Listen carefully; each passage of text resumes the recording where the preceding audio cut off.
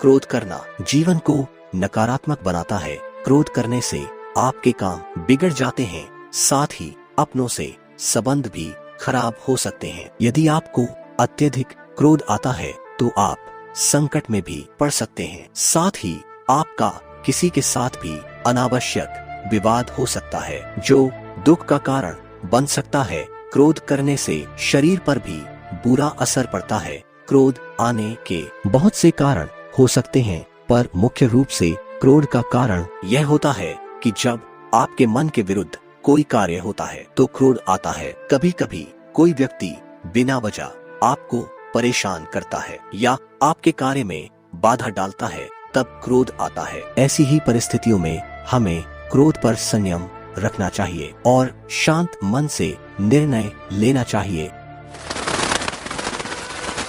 चाणक्य का कहना है कि अनुशासन जीवन को सरल और सफल बनाता है। यदि आपके जीवन में अनुशासन नाम की कोई चीज नहीं है तो आप कभी सफल नहीं हो सकेंगे। अनुशासन इसलिए जरूरी है क्योंकि जब आप अनुशासन में रहते हैं तो आपकी एक अलग ही छवि निखर कर आती है, जो लोगों को काफी प्रभावित करती है। साथ ही समय के महत्व को समझने में अनुशासन का हाथ होता है। जीवन को अनुशासन के साथ व्यतीत करने में कभी भी कठिनाई नहीं होती है। आपको केवल अपने मन को शांत रखना है और किसी भी परिस्थिति में इस संकल्प को नहीं भूलना है कि हमें अनुशासन का पालन करना है। आलस आपके जीवन को बर्बाद कर सकता है। यदि आप समय पर अपने कार्य पूर्ण नहीं करेंगे तो आप समस्याओं से घिर जाएंगे। आलस को त्यागना बहुत जरूरी होता है, वरना आपके साथी ही आपका साथ छोड़ देंगे। आलस करने से शरीर भी नष्ट होता है और समय भी एक बार यदि समय गुजर जाता है तो पुनः नहीं आता है। इसीलिए आलस करे बिना अपने कार्य को समय से पूर्ण करना चाहिए। यदि आप किसी को धोखा देते हैं तो आपकी छवि खराब होती है, जिस पर कोई विश्वास नहीं करता है। इससे आपके व्यापार से लेकर निजी जीवन पर भी प्रभाव पड़ता है। सफल बनने के लिए लोगों का विश्वास जीतना जरूरी होता है।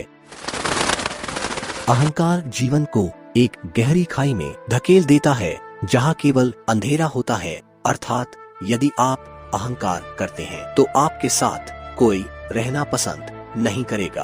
आप अकेला महसूस करने लगेंगे।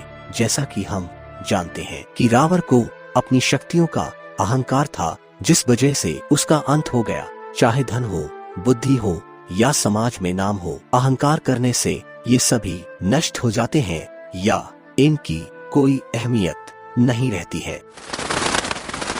लोभ या लालच जीवन में असंतुलन पैदा करता है, जिससे कि आप हमेशा परेशान रहने लगते हैं। कभी भी लोभ नहीं करना।